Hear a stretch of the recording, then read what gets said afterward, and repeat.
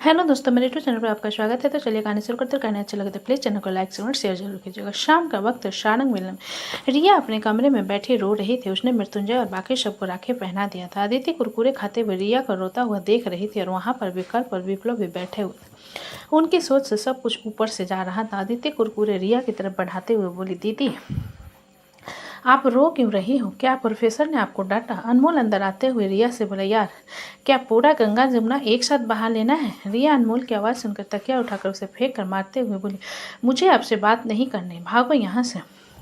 अनमोल तकिया को कैच करते हुए रिया को घूर कर बोला, बदतमीजी मत करो। विप्लव अनमोल की धमकी सुनकर उसके सामने आते हुए बोला, मेरी मोटी कभी नहीं रोती, सब आपके कारण हो रहा है। रिया बिस्तर से उतरकर विप्लव का साथ देते हुए बोली, बिल्कुल सच कह रहा है बापी, जब मैं तेरे साथ थी हमेशा खुश रहती थी और चिल रहती थी, लेकिन जब से ये नक्चरे प्रोफेसर मेरी ज़िंदगी में आए हैं, मेरी ज़िंदगी से सारी खुशियाँ भाग गई है, जैसे उन लोगों ने मुझसे तलाक ले लिया हो।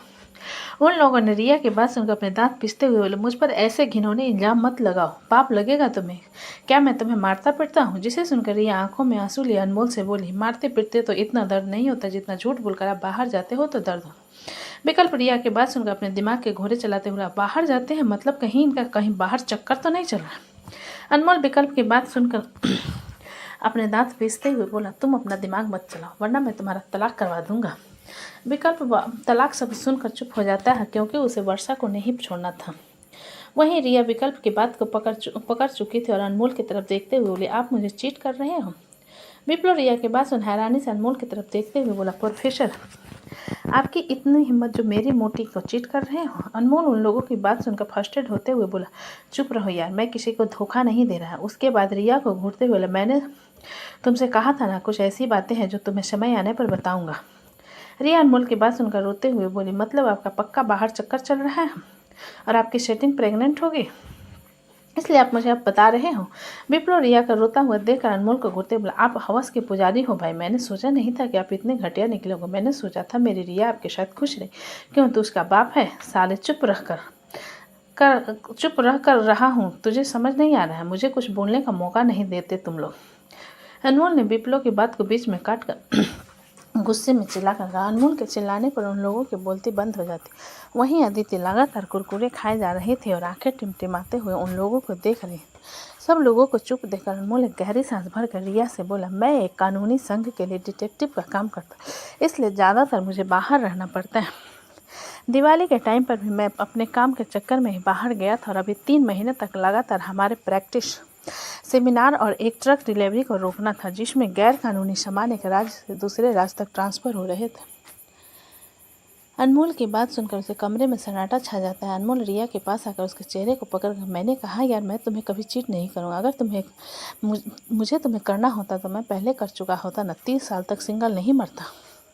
अनमोल की बात पर रिया उसका हाथ अपने चेहरे से हटाते, या तो आप प्रोफेसर बन के रहो या फिर डिटेक्टिव, लेकिन मुझे उसमें भी मेरी एक शर्त है। आप प्रोफेसर बनकर रहोगे तो मैं आपके साथ रहूँगी, डिटेक्टिव बनकर रहोगे तो मैं आपसे ब्रेकअप कर लूँगी। रिया के कंडीशन को सुनकर अनमोल चुप हो जाता है, जिसे देखकर रिया 2 कदम पीछे होकर कहती है, मुझे मारपीट से डर लगता है। सिंपल कॉलेज के झगड़े नॉर्मल होते हैं, लेकिन आप जिनके साथ जुड़े हो मुझे वो सब नहीं पसंद, इसलिए आप या तो मुझे चुनो या फिर अपने काम को। विकल्प रिया की बात सुनकर अनमोल से बोला, सोच क्या रहे हो भाई? अनमोल विप्लव के बात पर रिया की तरफ देखते हुए बोला, मुझे सिर्फ 1 महीने का टाइम दो, मैंने हेडक्वार्टर कॉल करके बोल दूंगा कि अब मैं ये काम उनके लिए नहीं कर सकता। रिया अनमोल की बात सुनकर अपना सिर हिलाते हुए बोले, ठीक है, तो 1 महीने में आपके साथ नहीं रहूँगी। जिसे सुनकर अनमोल थोड़ा फ्रस्ट्रेट होकर बोला, यार अब इसमें भी कंडीशन है? विप्लव अनमोल के फ्रस्ट्रेट को देख मुस्कुराते हुए बोला, वैसे भी हम लोग कल फैमिली पिकनिक के लिए राजस्थान जा रहे हैं 1 हफ्ते के लिए, और आप मज़े के साथ रहो। अनमोल विप्लव को घूर कर बोला, तू ही मेरा सबसे बड़ा शौतन है, कमीन है। विप्लव अनमोल को जीप दिखाकर चिढ़ा देता है तो महक वहाँ आते हुए कहती है, रात का डिनर लग चुका है, आप लोगों में क्या बातें हो रही है? महक के बात सुनकर विप्लव अपना सिर नहीं में हिलाते हुए बोला, कुछ भी नहीं भाभी, हम बस ये प्लान कर रहे थे कि राजस्थान में क्या मज़े करने हैं। महक विप्लव की बात सुनकर अपना सिर हिला देती है और लोगों की तरफ देखते हुए कहती है, चले डिनर लग चुका है। सभी अपना सिर हिलाते और कमरे से बाहर आ जाते हैं। रिया बाहर जाने लगती है, जिस पर अनमोल उसके हाथ को पकड़कर कहता है, रिया अपने हाथ को छुड़ाकर, मैंने जो कहा वो करेंगे तब मुझसे बात कीजिए वरना मत कीजिए। इतना कहकर रिया कमरे से बाहर चली जाती है। अनमोल हताश नजरों से उसे जाता हुआ देखने के बाद खुद भी उसके पीछे आ जाता है। डाइनिंग टेबल पर हमेशा की तरह सभी बैठे डिनर कर रहे थे जब मृत्युंजय रचना की तरफ देखते हुए बोला, चाची काफ़ी दिनों से सभी साथ में कहीं घूमने नहीं गए, इसलिए हम लोग सोच रहे थे कि इस बार राजस्थान चलें। आपका क्या कहना है? रचना के कुछ कहने से पहले ही विप्लव बोला, मॉम प्लीज़ मना मत करना, मैं बहुत ज़्यादा एक्साइटेड हूँ, मैंने तो ब्लॉगिंग की भी तैयारी कर रखी है। विप्लव की बात सुनकर रचना उसे एक नज़र घूरने के बाद मृत्युंजय की तरफ देखते हुए, तो ठीक है सब बच्चे साथ में निकल जाओ। रचना की बात सुनकर महक थोड़ा कंफ्यूज होते हुए बोले, क्यों आप लोग नहीं जाओगे क्या? निर्जला महक के सवाल पर बोले, हम लोगों ने बहुत घूमा है राजस्थान। वैशाली निर्जला की बात सुनकर बोले, आप ऐसे काहे कह रही हो? निर्जला वैशाली की बात सुनकर मुस्कुरा देती है तो अमृत वैशाली से कहता है, क्योंकि राजस्थान हमारा ननिहाल है। अमृत की बात पर वैशाली आंखें बड़ी कर निर्जला को देखते हुए बोली, आप राजस्थान से हो? निर्जला अपना सिर हिलाते हुए बोले, हाँ मेरा पूरा नाम निर्जला प्रताप सिंह है। महक निर्जला के बाद सुनकर मृत्युंजय की तरफ देखते हुए बोले, मुझे अपने नाना ससुर को देखना है। मृत्युंजय महक के बाद सुन अपना सिर हिलाते हुए, मैंने ऑलरेडी हवेली रेडी करने के लिए कह दिया था, इसलिए ज़्यादा सोचने की ज़रूरत नहीं है। राजेंद्र जी मृत्युंजय की बात पर, जय तुम सारे बच्चे को लेकर चले जाओ, यहाँ पर कुछ दिनों के लिए कंपनी हम लोग संभाल लेंगे। राजेंद्र जी की बात पर मृत्युंजय बोला, मैंने जितने भी इम्पोर्टेंट मीटिंग थे सब कुछ अटेंड कर लिया है, और अगर बीच में कोई ज़रूरी काम आ जाता है तो मैं कॉन्फ्रेंस कर ले लूँगा, आपको ज़्यादा फिक्र करने की ज़रूरत नहीं है। राजेंद्र जी मृत्युंजय की बात पर अपना सिर हिला देते हैं तो विप्लव एक्साइट होते हुए कहता है, तो कल हम सब राजस्थान के लिए रवाना होंगे? विप्लव के एक्साइटमेंट को देखते हुए सब लोग मुस्कुरा देते हैं और पीताम्बर मृत्युंजय की तरफ देखते हुए कहते हैं, प्लेन में जा रहे हो या फिर?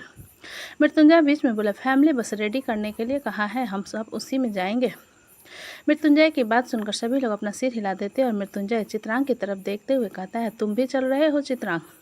चित्रांग मृत्युंजय की बात पर अपना सिर नहीं में हिलाकर बोला, सॉरी लेकिन मैं नहीं आ रहा। चित्रांग के ये कहने पर कि वो उनके साथ फैमिली पिकनिक पर जाने में इंटरेस्टेड नहीं है। महक उसकी तरफ देखते हुए बोली, क्यों भाई?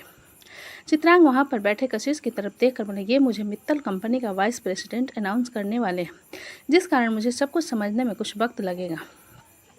कशिश चित्रांग की बात पर बोले, लेकिन ये फैमिली पिकनिक है और तुम्हें हमारे साथ चलना होगा। चित्रांग एक व्यंग भरी मुस्कान के साथ कशिश की तरफ देखकर, मुझे कहना नहीं चाहिए खुशी के माहौल पर, लेकिन कहना पड़ रहा है, जिस घर में दूसरे के रिश्ते तुड़वाए जाते हैं वहाँ पर फैमिली कहने का कोई मतलब नहीं होता।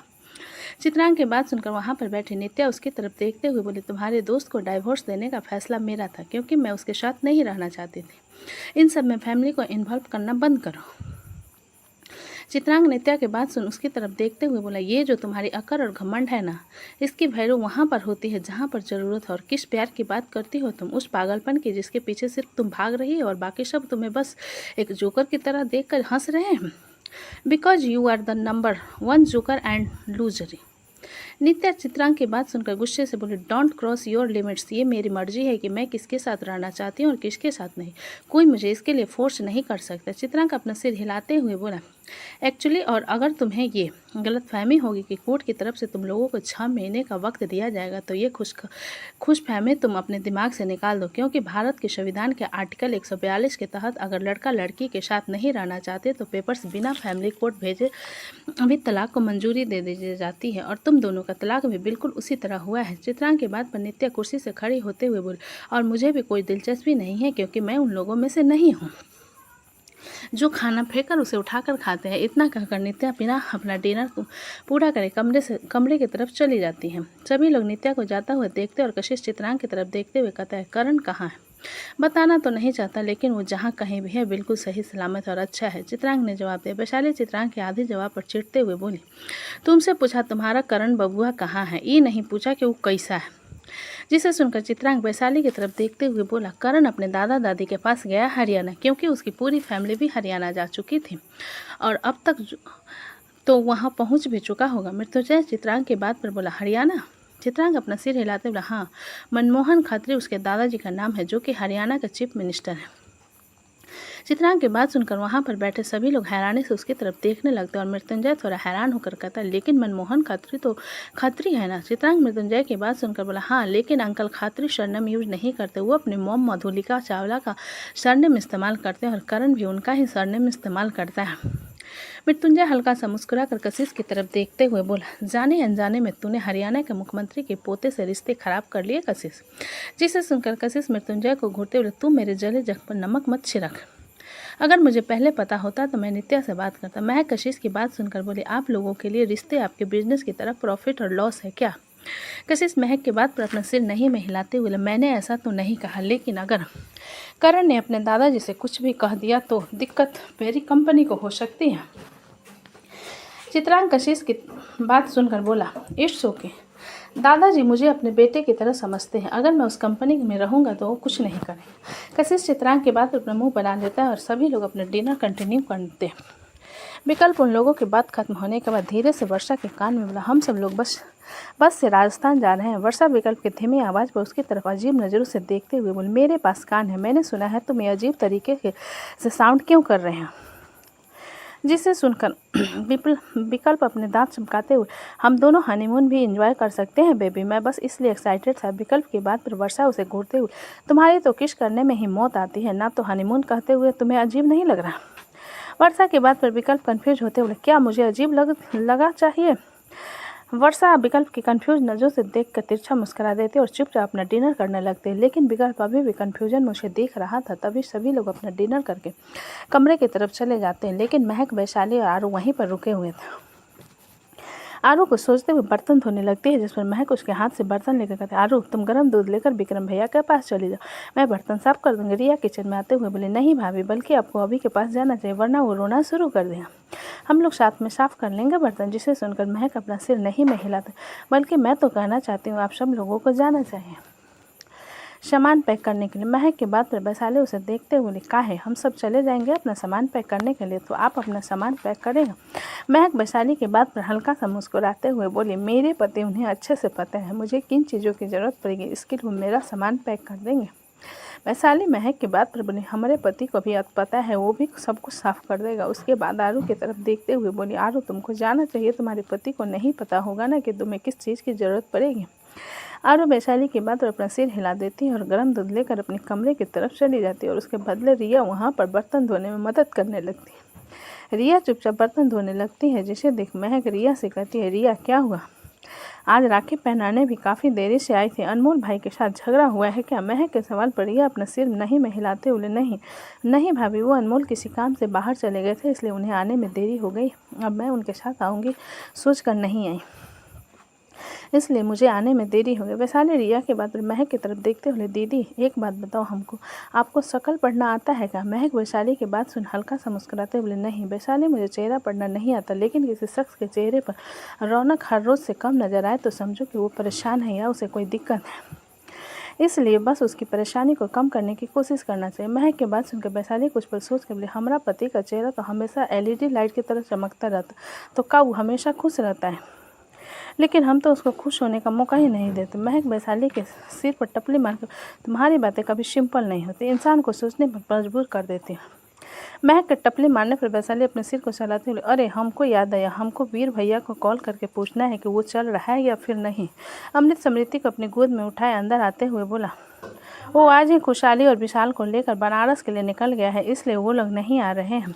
और समृति रो रही है, इसके लिए ओट्स रेडी कर दो। महक अमृत की बात सुनकर उसकी तरफ देखते हुए बोले, भैया वैशाली को अपने साथ ले जाओ, यहाँ का काम ख़त्म हो गया और बच्ची को रात को ओट्स खिलाना अच्छा नहीं है, कल सुबह वैसे भी ट्रेवल करना है। महक के बाद पर अमृत अपना सिर हिलाते हुए वैशाली से बोला, कुछ सीखो महक से। महक, हमको सब कुछ सीखने की ज़रूरत है दीदी से, हमको अच्छे से पता है तुमको, हमको बार बार बताने की ज़रूरत नहीं है, बुर्बक कहीं के।